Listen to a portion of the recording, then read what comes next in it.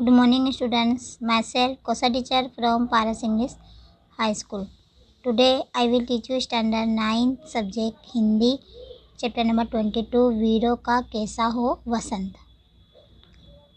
यानी वीरों यानी वीर जवानों का वसंत का मौसम कैसा होता है उसके बारे में सुभद्रा कुमारी चौहान ने इस गीत को लिखा है। सुभद्रा कुमारी चौहान का जन्म सन 1904 ईस्वी सन 1904 में हुआ और इनका निधन सन 1948 में हुआ था। सुभद्रा कुमारी चौहान का जन्म प्रयाग में ठाकुर रामनाथ के घर हुआ था। सुभद्रा कुमारी चौहान का जन्म जो है यानी उनके पिता का नाम जो है ठाकुर रामनाथ है और कास्टवेट गर्ल्स कॉलेज में आपने शिक्षा प्राप्त की। यानी उन्होंने अपनी एजुकेशन जो है कास्टवेट गर्ल्स कॉलेज में उन्होंने अपनी एजुकेशन कंप्लीट करी। उनका विवाह खंडवा निवासी लक्ष्मण सिंह चौहान के साथ संपन्न हुआ। यानी उनकी मैरिज जो है लक्ष्मण सिंह चौहान के साथ हुई। सुभद्रा कुमारी चौहान ने कांग्रेस के असहयोग आंदोलन के भाग लेने के लिए अपना अध्ययन छोड़ दिया और पति को भी देश सेवा में भाग लेने के लिए प्रेरित किया। और सुभद्रा कुमारी चौहान जो है वो कांग्रेस के असहयोग आंदोलन में भाग ली और जो अपना अध्ययन इन्होंने अपनी स्टडी छोड़ दी और साथ में अपने पति को भी देश की सेवा में लगाने के लिए प्रेरित किया। ईस्वी सन 1947 की 15 फरवरी को जबलपुर के समीप एक मोटर दुर्घटना में उनका देहांत हो गया। यानी 1947 यहाँ दिया है। 1947 में 15 फरवरी को जबलपुर के एक समीप मोटर कार एक्सीडेंट में उनका देहांत हो गया था।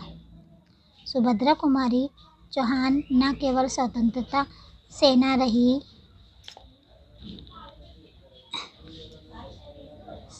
उन्होंने साहित्य सृजन भी विपुल मात्रा में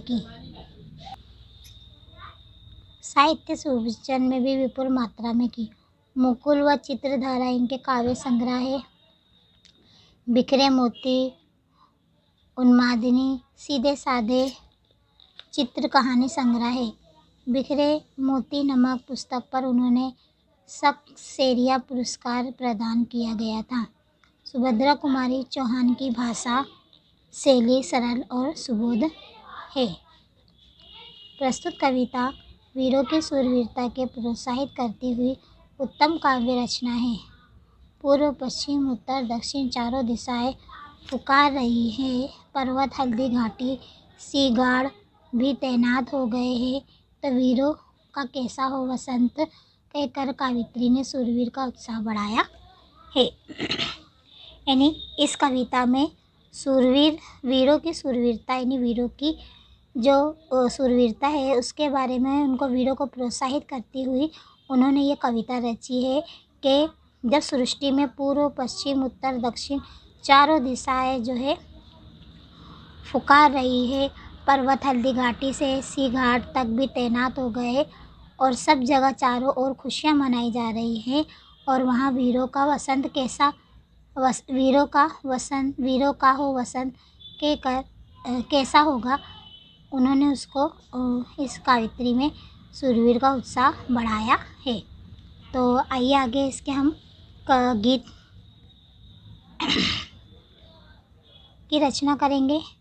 वीरों का एक ऐसा हो वसंत, आ रही हिमाचल से पुकार है उद्दित गरजता बार बार। पश्चिम पश्चिम भू नभ अपार, सब पूछ रहे दिग दिगान। वीरों का कैसा हो वसंत। वीरों का कैसा हो वसंत। फूली सरसों ने दिया रंग, मधुर लेकर आ पहुँचा अनंग। वधु वसुधा पुलकित अंग अंग, है वीर विष में किंतु कंत। वीरों का कैसा हो वसंत। वीरों का कैसा हो वसंत। भर रही कोकिला इधर तान, मारू बाजे पर उधर गान। हे रंग और रण का विधान, मिलने आए हैं आदि अंत, वीरों का कैसा हो वसंत, मीरों का कैसा हो वसंत।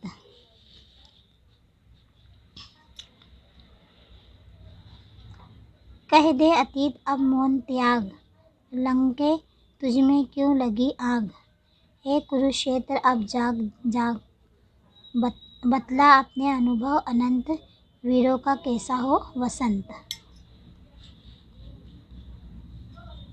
हल्दी घाटी के सीला खंडन, हे दुर्गा सी गाड़ के प्रचंड, राणा ताना का कर घमंड, दो जगह आज स्मृतियाँ ज्वलंत, वीरों का कैसा हो वसंत, वीरों का कैसा हो वसंत।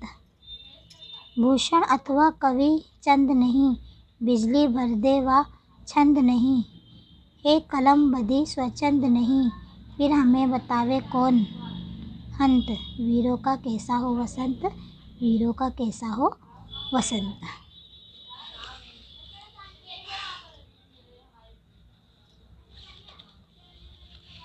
इस कविता में वीरों का कैसा हो वसंत में वीर रस में लिखी गई कविता प्राचीन भारत के जनमानस में देशभक्ति की भावना को जगाकर अतीत गौरव के साथ वीरों के प्रति सम्मान की भावना और त्याग बलिदान संपूर्ण का बहुत व्यक्त करती है। सूर्यमय लेखक जीवन की तुलना में वीर का जीवन कठिन होता है, वीरों का जीवन जो है कठिन होता है। अब हम पहले स्टेंजा रीडिंग करेंगे। आ रही हिमाचल से पुकार है उदती गरजता बार बार, पश्चिम धू नभ आपार, सब कुछ रहे दिगांत, वीरों का कैसा हो वसंत। पहले हम इसके अंदर कुछ शब्दार्थ है उसको देखेंगे। उदती यानी समुंदर, गरजता यानी बादल जो गरजता है बार बार, प्राची का है पूर्व दिशा, भू पश्चिम यानी पश्चिमी दिशा, भू यानी धरती, नभ यानी आसमान, और आपार का मीनिंग होता है कि जिसका कोई आपार ना हो। सब कुछ दिगंत यानी दुनिया के कोने कोने से वीरों का कैसा हो वसंत यानी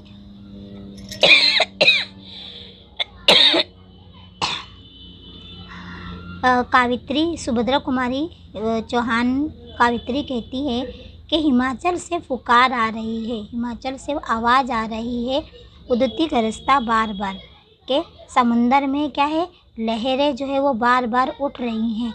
प्राची पश्चिम भू नभु आपार, प्राची यानी पूर्व दिशा से लेके पश्चिम दिशा तक ज़मीन आसमान जहाँ जिसका कोई अंत नहीं होता, अब आपार नहीं होता, चारों ओर क्या है खुशियाँ मनाई जा रही है। दुनिया के कोने कोने में क्यों मनाई रही है कि वीरों का वसंत हो, वीरों का ऐसा हो वसंत यानी वसंत का जो महीना आया है तो उसके वजह से हिमाचल, हिमालय पहाड़, उदती समुंदर, पूर्व से पश्चिम, पश्चिम से पूर्व, ज़मीन आसमान, दुनिया के कोने कोने में जो है वसंत की आने की खुशियाँ मना रहे हैं।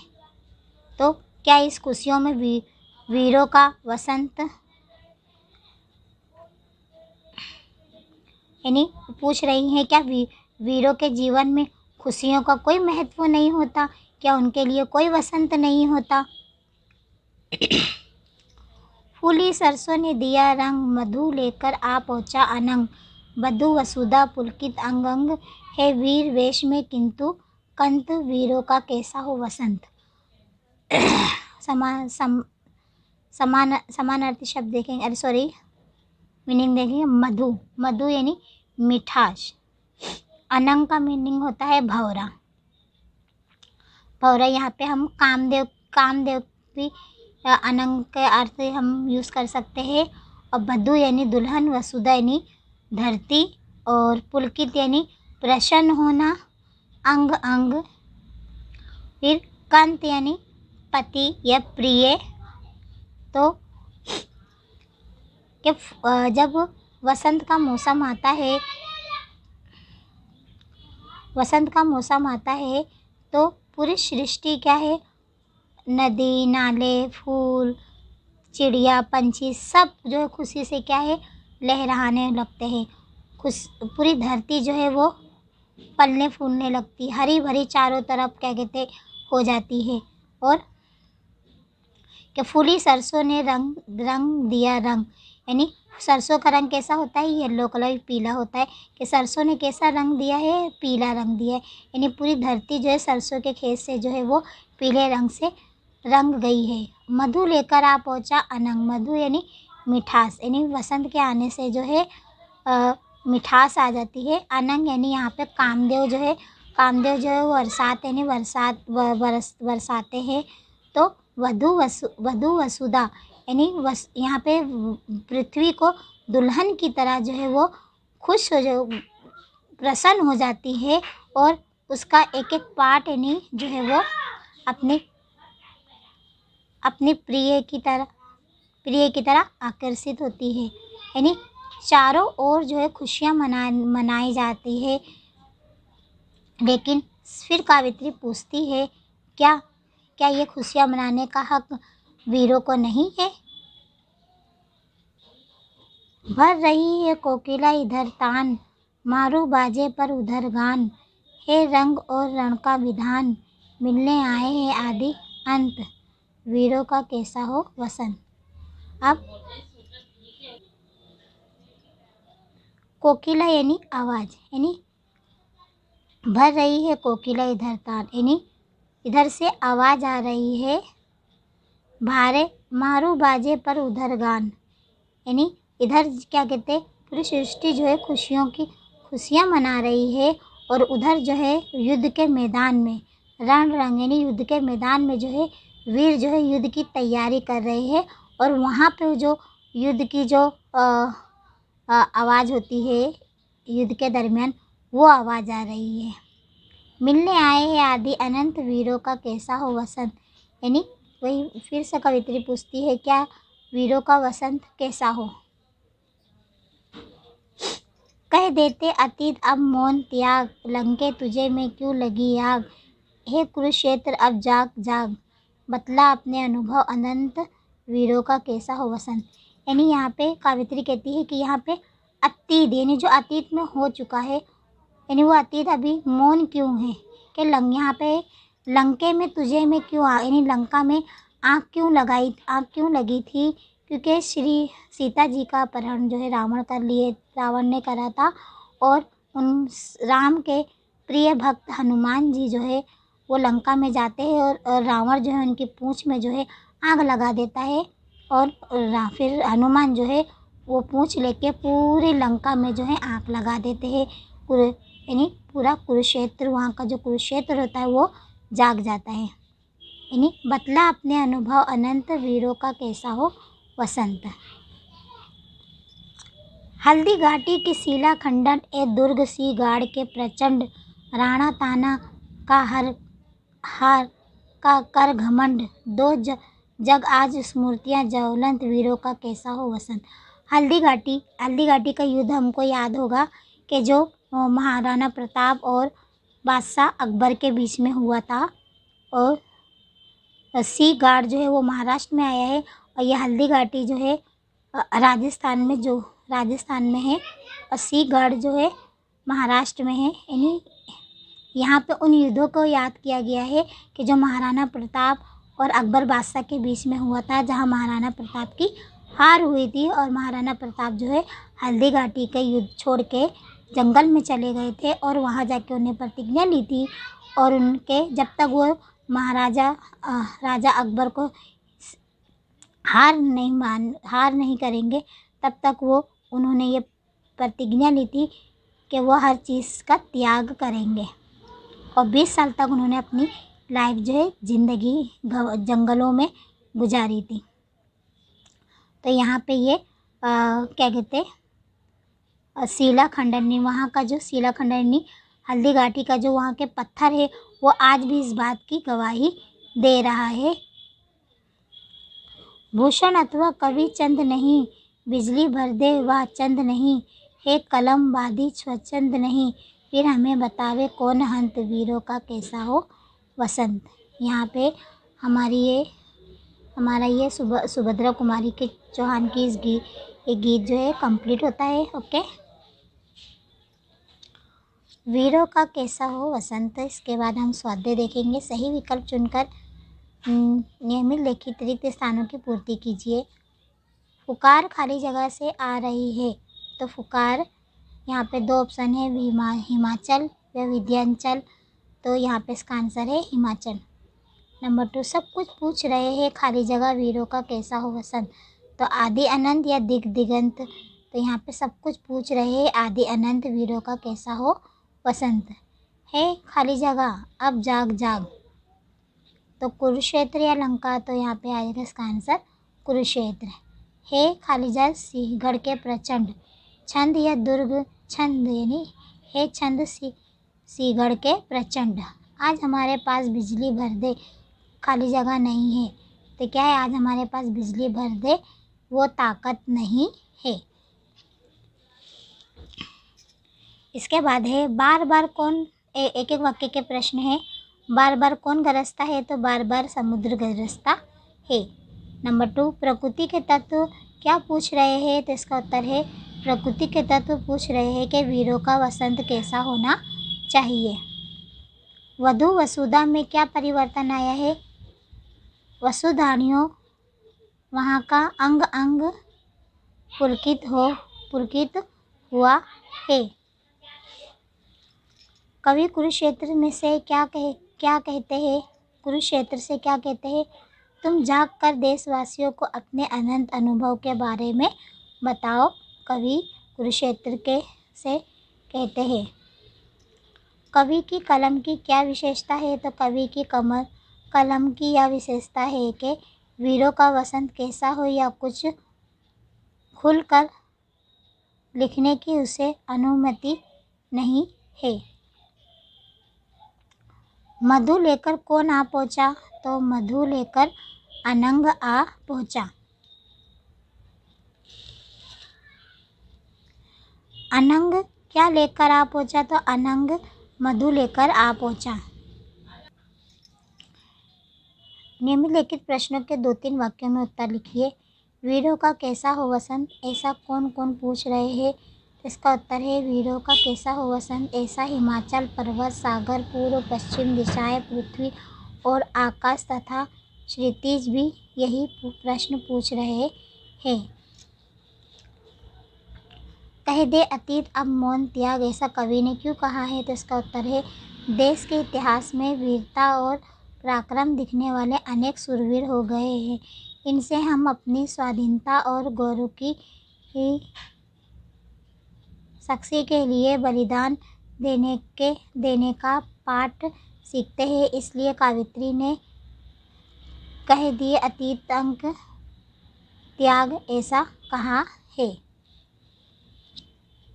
किन ऐतिहासिक घटनाओं के आधार पर कवि ने वीरों का वसंत बताया है, इसका उत्तर है हनुमान के द्वारा लंका को जलाना, कुरुक्षेत्र में महाभारत युद्ध, हल्दी घाटी में महाराणा प्रताप तथा सम्राट अकबर का युद्ध, तानाजी द्वारा सिंहगढ़ विजय हमारे इतिहास की बहुत प्रेरक घटनाएं है। देश का दुर्भाग्य क्या है, आज भूषण और छंद जैसे वीर रस के निर्भय कवि नहीं है, लोगों में बिजली जैसा जोश और जोश भर देने वाले छंदों का भी अभाव है। कवयित्री इस स्थिति को देश का दुर्भाग्य मानती है। निम्नलिखित प्रश्नों के 5-6 वाक्यों में उत्तर लिखिए। वीरों का कैसा हो वसंत, इस पंक्ति को अपने शब्दों में कविता के आधार पर समझाइए। वीरों का कैसा हो वसंत, ऐसा हिमालय पूर्व सागर पूर्व पश्चिम दिशाएं पृथ्वी और आकाश तथा क्षितिज भी वही प्रश्न पूछ रहे हैं। हल्दी घाटी और सिंहगढ़ की कवयित्री का क्या तात्पर्य है, मुगल सम्राट अकबर अनेक राजपूत राजाओं को अपने अधीन करना चाहता था, परंतु कर ना सका, नहीं सफल नहीं हुआ। महाराणा प्रताप अपनी स्वाधीनता गंवाने के लिए तैयार नहीं हुए। अंत में हल्दी घाटी के मैदान में अकबर और राणा प्रताप की सेनाओं में भयंकर युद्ध हुआ। इसी प्रकार सिंहगढ़ की मुसलमान शासक के अधीन था। एक कलम बंदी स्वच्छंद नहीं, संसद धर्म समझाइए। वीरों का हो वसंत, यह कविता तब लिखी गई थी जब देश पर अंग्रेजों का शासन था। अंग्रेजी सत्ता ने देश में दमन चक्र चला रहा था। उस समय अंग्रेजों के अन्याय के विरुद्ध लिखना अपराध माना जाता था। ऐसा लिखने वालों को कड़ी सजा दी जाती थी। उनकी रचनाएं जब्त कर ली जाती थी। उसी संदर्भ की कवित्री लिखती है कि मेरे लिखने पर पाबंदी है, मैं चाहूँ तो भी कुछ खुलकर लिख नहीं सकती।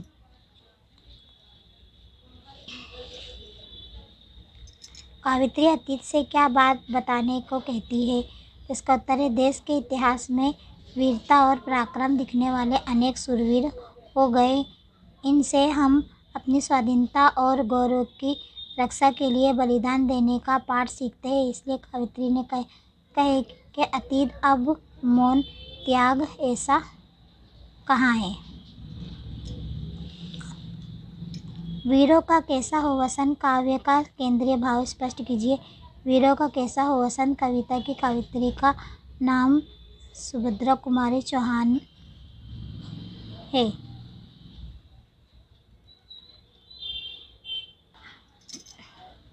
तो यहाँ पे हमारा ये लेसन कंप्लीट होता है। Okay, bye.